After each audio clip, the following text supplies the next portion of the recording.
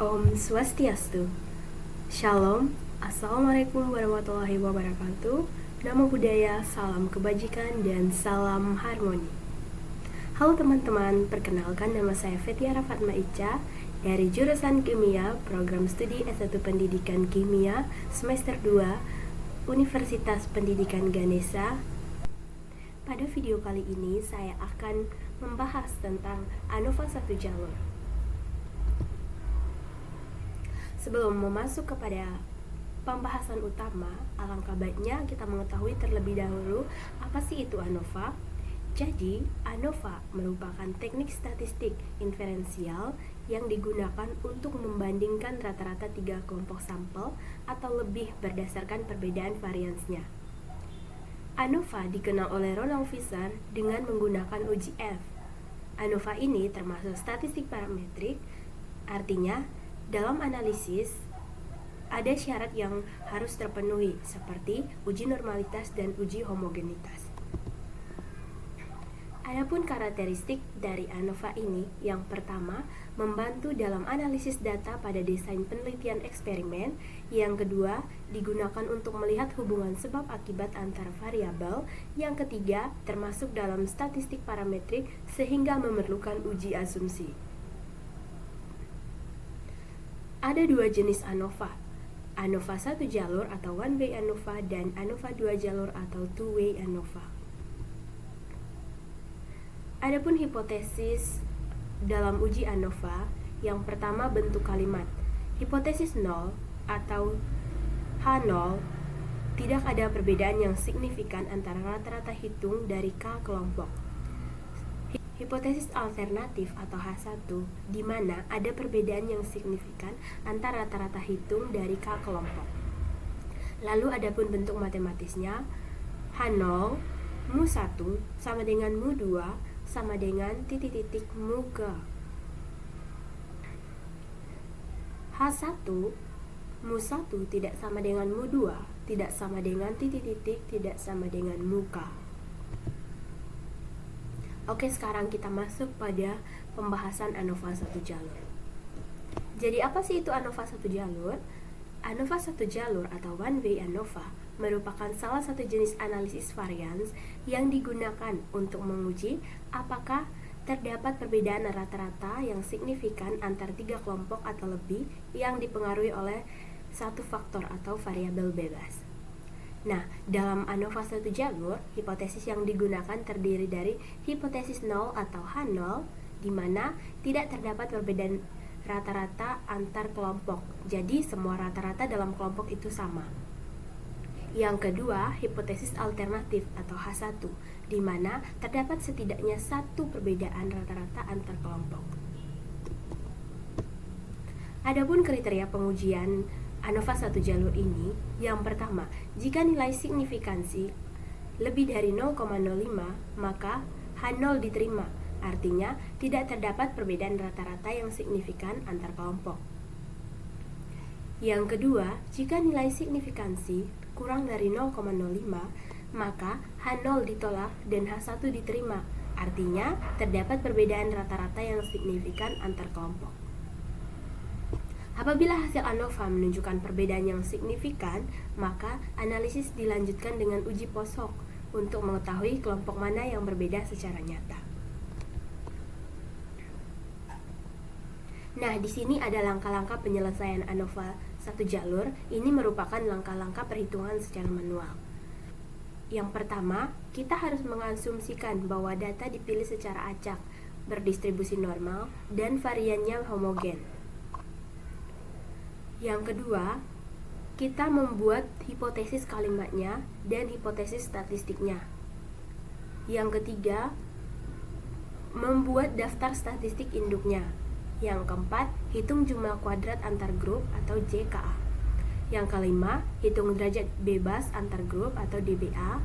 Yang keenam, hitung jumlah kuadrat rata-rata antar grup atau JKRA. Yang ketujuh, hitung jumlah kuadrat dalam grup atau JKD. Yang kedelapan, hitung derajat bebas dalam grup atau DBD. Yang kesembilan, hitung jumlah kuadrat rata-rata dalam grup atau JKRD. Yang ke-10, hitung F hitungnya. Yang ke-11, cari F tabel dengan DBA sebagai pembilang dan DBD sebagai penyebut. Dan yang terakhir itu buat ringkasan ANOVA-nya. Oke, selanjutnya itu kita masuk pada uji prasyarat analisis ANOVA. Jadi dalam analisis ANOVA ini ada syarat yang harus dipenuhi. Yang pertama, uji normalitas. Uji normalitas bertujuan untuk mengetahui apakah data pada setiap kelompok berdistribusi secara normal. Nah, kriterianya yang pertama, jika nilai signifikansi atau p-value lebih dari 0,05, maka data itu dianggap berdistribusi secara normal. Yang kedua, jika nilai signifikansi atau p-value-nya kurang dari 0,05, maka data dianggap tidak berdistribusi normal. Adapun uji yang kedua yang harus dipenuhi dalam ANOVA, yaitu adalah uji homogenitas varian. Uji ini bertujuan untuk mengetahui apakah varian antar kelompok sama atau homogen. Adapun kriterianya, yang pertama, jika nilai signifikansi P atau p-value lebih dari 0,05, maka varians antar kelompok dinyatakan homogen. Yang kedua, jika nilai signifikansi atau p-value kurang dari 0,05, maka varians antar kelompok dinyatakan tidak homogen. Dan uji yang ketiga itu adalah uji independensi data. Uji independensi bertujuan untuk memastikan bahwa data antar sampel tidak saling memengaruhi. Artinya, nilai dalam satu kelompok tidak bergantung pada nilai di kelompok lain.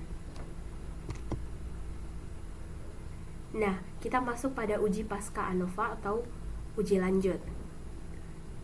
Uji post hoc merupakan uji lanjutan yang dilakukan setelah analysis of variance atau ANOVA menunjukkan adanya perbedaan rata-rata yang signifikan antar kelompok. Jadi uji ini itu bertujuan untuk mengetahui kelompok mana saja yang memiliki perbedaan secara nyata.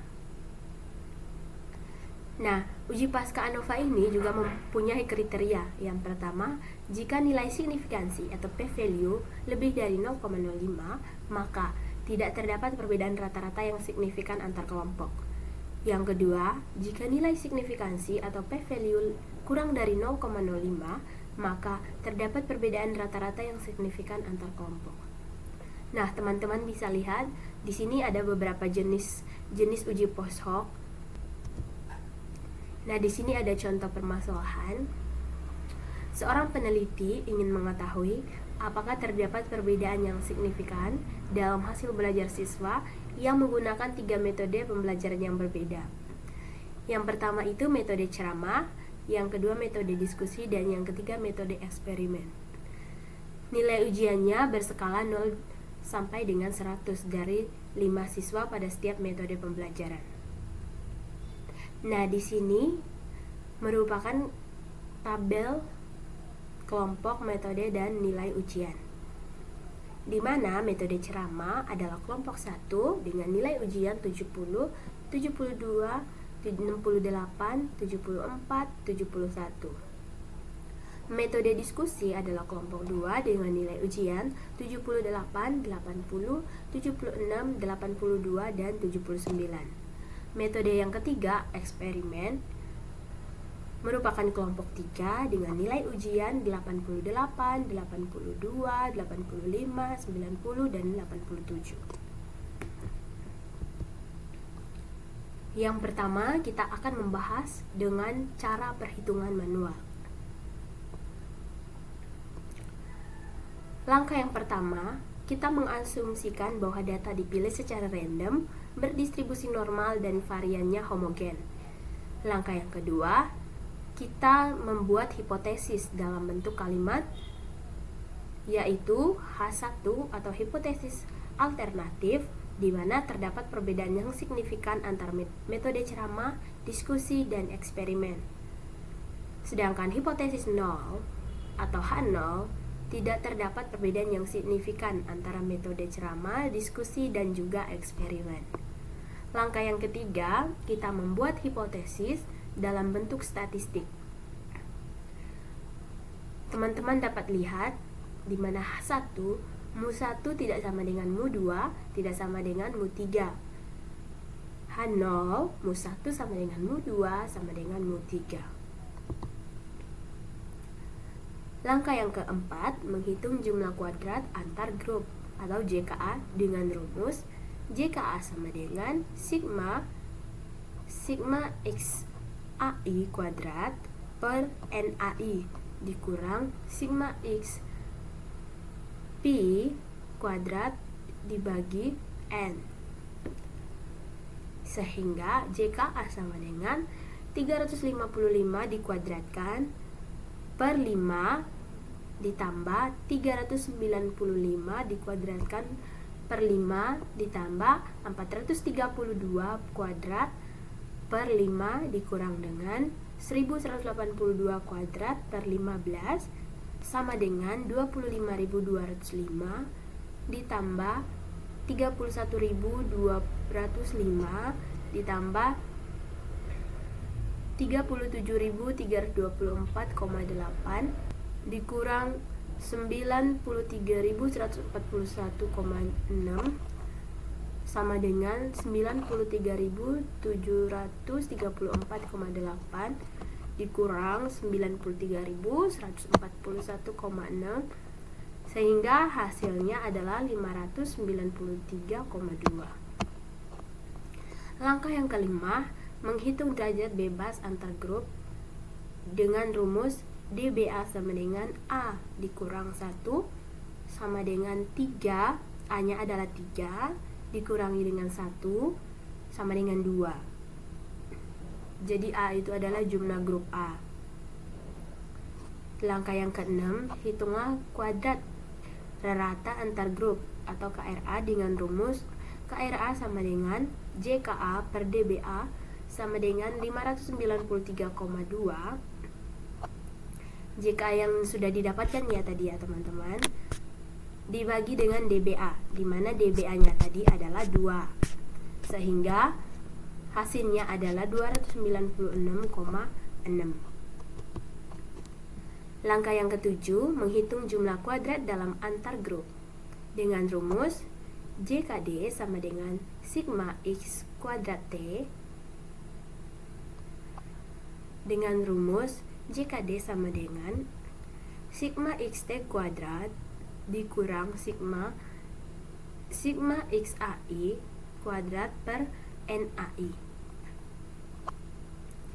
Nilai sigma XT kuadrat adalah 93.852 dikurang dengan 25.205 ditambah 31.205 ditambah 37.324,8 sama dengan 93.852 kurang 93.734,8 sama dengan 117,2. Jadi hasilnya adalah 117,2. Langkah yang ke-8, menghitung derajat bebas dalam grup dengan rumus dBD sama dengan N dikurang A sama dengan N-nya adalah 15, A-nya adalah 3. Jadi 15 dikurangi 3 sama dengan 12. Langkah yang ke-9, menghitung kuadrat rata dalam antar grup atau KRD dengan rumus KRD sama dengan JKD dibagi dengan DBD, di mana nilai dari JKD adalah 117,2 dan nilai dari DBD adalah 12, sehingga 117,2 dibagi dengan 12 hasilnya adalah 9,77. Nah, langkah yang ke-10 adalah mencari F hitung dengan rumus F hitung sama dengan KRA dibagi dengan KRD, di mana nilai dari KRA sama dengan 296,6 dan nilai dari KRD sama dengan 9,77. Jadi KRA dibagi dengan KRD sama dengan 296,6 dibagi dengan 9,77 menghasilkan 30,36. Langkah yang ke-11, tentukan taraf signifikansi. Misalnya alfa sama dengan 0,05. Langkah yang terakhir, mencari F tabel dengan rumus F tabel sama dengan F 1 dikurang dengan alfa dikali dengan dBA dikali dengan DBD sama dengan F1 dikurangi dengan 0,05 dikali dengan 2,12 sama dengan F 0,95 dikali dengan 2,12, sehingga hasilnya adalah 3,89. 0,95 sama dengan taraf kepercayaan 95% atau taraf signifikan 5%. Angka 2 sama dengan pembilang atau hasil dari DBA, sedangkan angka 32 penyebut atau hasil dari DBD.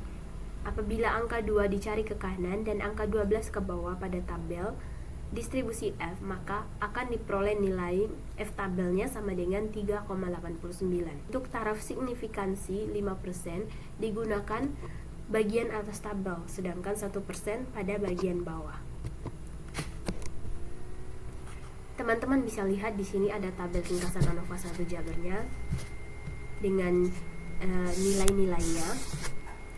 Kriteria pengujiannya, jika F hitung lebih dari F tabel, maka HO ditolak, berarti hasilnya signifikan.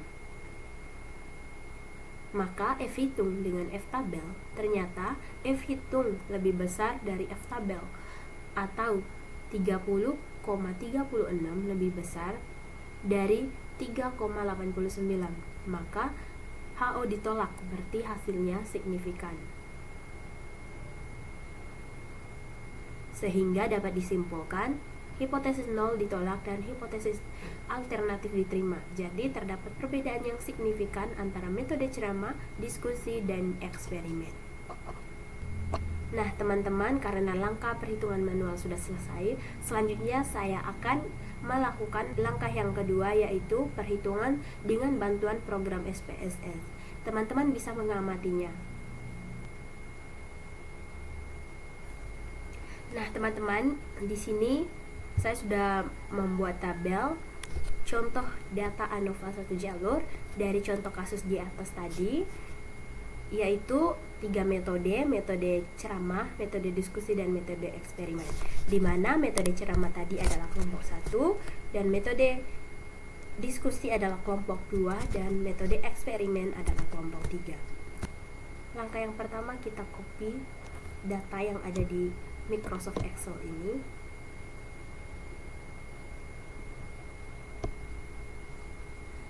Lalu kita membuka SPSS, kita paste pada bagian page variable view.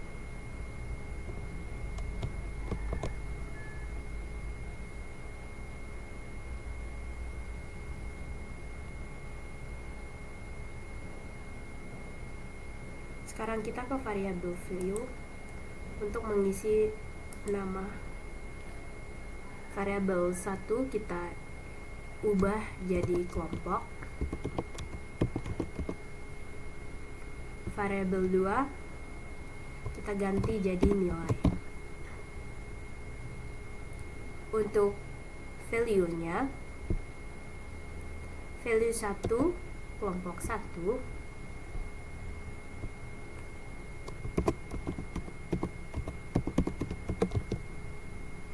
lalu klik add, masukkan lagi value 2 kelompok 2,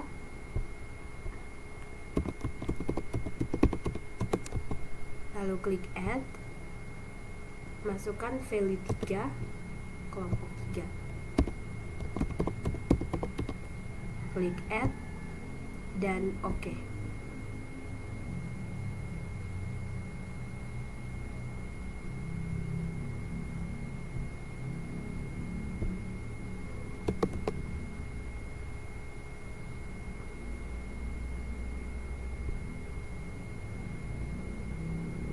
Kita bisa ubah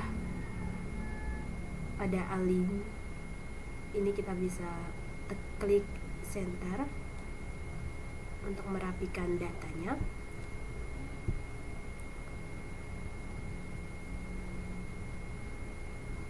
Lalu pada bagian desimal, pada variable satunya kita ubah jadi 0. Nah, proses input dan pengisian nama variabel sudah selesai.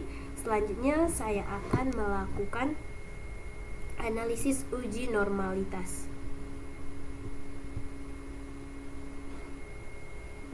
Nah, teman-teman bisa lihat ini sudah rapi.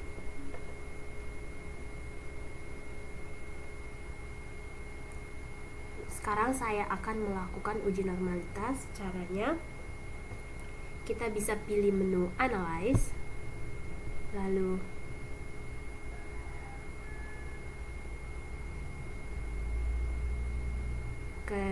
klik bagian Descriptive Statistic,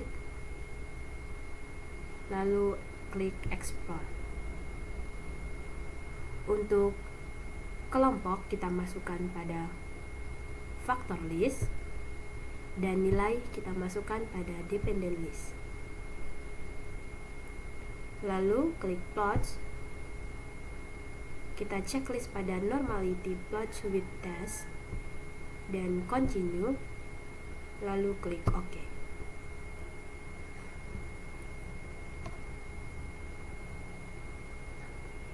Nah, di sini sudah muncul datanya. Kita fokus pada tabel test of normality. Sebelum kita melakukan interpretasi pada output uji normalitas, kita harus mengetahui kriteria pengujian dalam uji normalitas. Di mana kriteria uji normalitas itu, yang pertama, jika nilai signifikan atau p-value lebih dari 0,05, maka data dianggap berdistribusi normal. Sedangkan jika nilai signifikansi atau p-value kurang dari 0,05, maka data dianggap tidak berdistribusi normal. Nah, dapat kita lihat pada nilai signifikan, di mana nilai signifikan kelompok 1 itu adalah 1,00, yang artinya lebih dari 0,05. Nilai signifikan dari kelompok 2 1,0 juga lebih dari 0,05, dan nilai signifikan kelompok 3 0,94, yang artinya lebih dari 0,05 juga. Sehingga dapat disimpulkan bahwa distribusi data dari 3 kelompok di atas sudah normal, atau dengan kata lain uji normalitas data telah terpenuhi. Setelah kita mengetahui bahwa data yang didistribusikan sudah normal, selanjutnya kita akan melakukan analisis uji ANOVA atau one way ANOVA. Caranya, kita klik pada menu Analyze, lalu pilih Compartments, dan klik pada bagian one way ANOVA. Masukkan variabel kelompok ke kolom faktor dan variabel nilai ke kolom dependent list.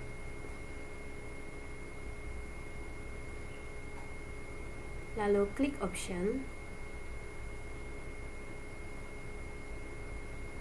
dan checklist pada homogenitas of variance test.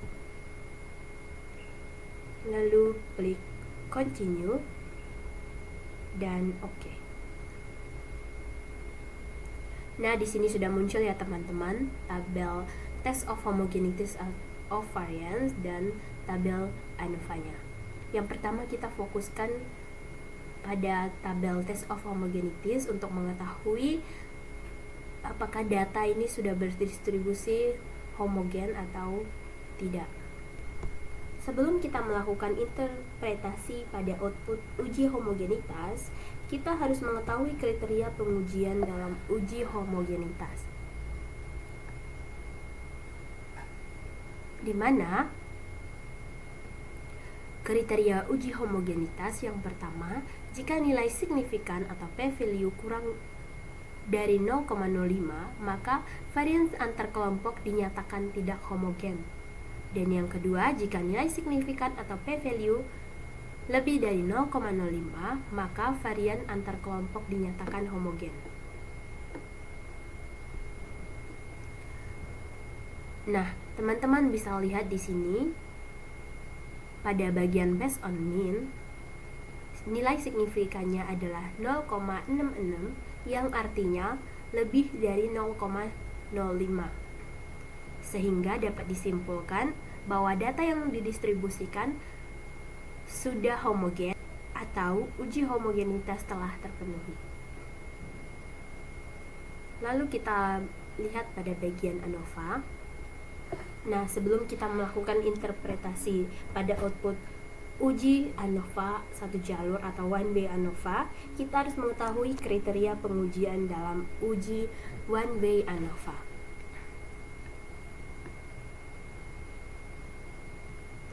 Nah, di sini dapat kita lihat bahwa kriteria pengujian one way ANOVA atau ANOVA satu jalur yang pertama, jika nilai signifikansi lebih dari 0,05, maka hipotesis 0 diterima, artinya tidak terdapat perbedaan rata-rata yang signifikan antar kelompok. Dan jika nilai signifikansi kurang dari 0,05, maka hipotesis 0 ditolak dan hipotesis alternatif diterima, yang artinya terdapat perbedaan rata-rata yang signifikan antar kelompok. Nah, dapat kita lihat bahwa pada bagian nilai signifikan, nilainya adalah 0,000, yang artinya nilai ini kurang dari 0,05, sehingga dapat disimpulkan bahwa terdapat perbedaan yang signifikan antar kelompok. Nah, karena terdapat perbedaan yang signifikan, maka kita akan lanjut pada uji post hoc atau uji lanjut untuk mengetahui apakah ada perbedaan secara signifikan antar kelompok. Caranya, kita klik pada menu Analyze,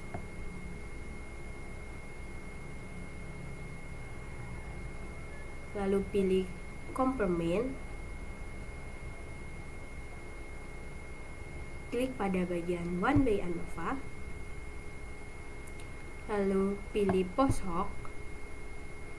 Nah, di sini berhubung datanya homogen, maka kita bisa pilih 2K. Namun jika datanya tidak homogen, teman-teman bisa pilih yang barisan bagian bawah. Contohnya James Howell. Lanjut, kita klik Continue dan OK. Nah, di sini sudah muncul hasilnya. Sekarang kita kembali ke slide.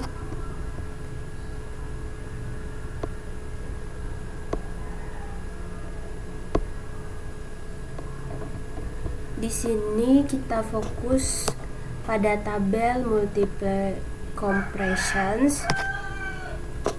Kita mengamati perbandingan nilai signifikan antar kelompok, yaitu kelompok 1, 2, dan 3. Yang pertama kita banding nilai signifikan kelompok 2 dan kelompok 3, di mana nilai signifikan kelompok 2 adalah 0,001, sedangkan kelompok 3 0,000. Lalu kita bandingkan kelompok 1 dan kelompok 3, di mana nilai signifikan kelompok 1 adalah 0,001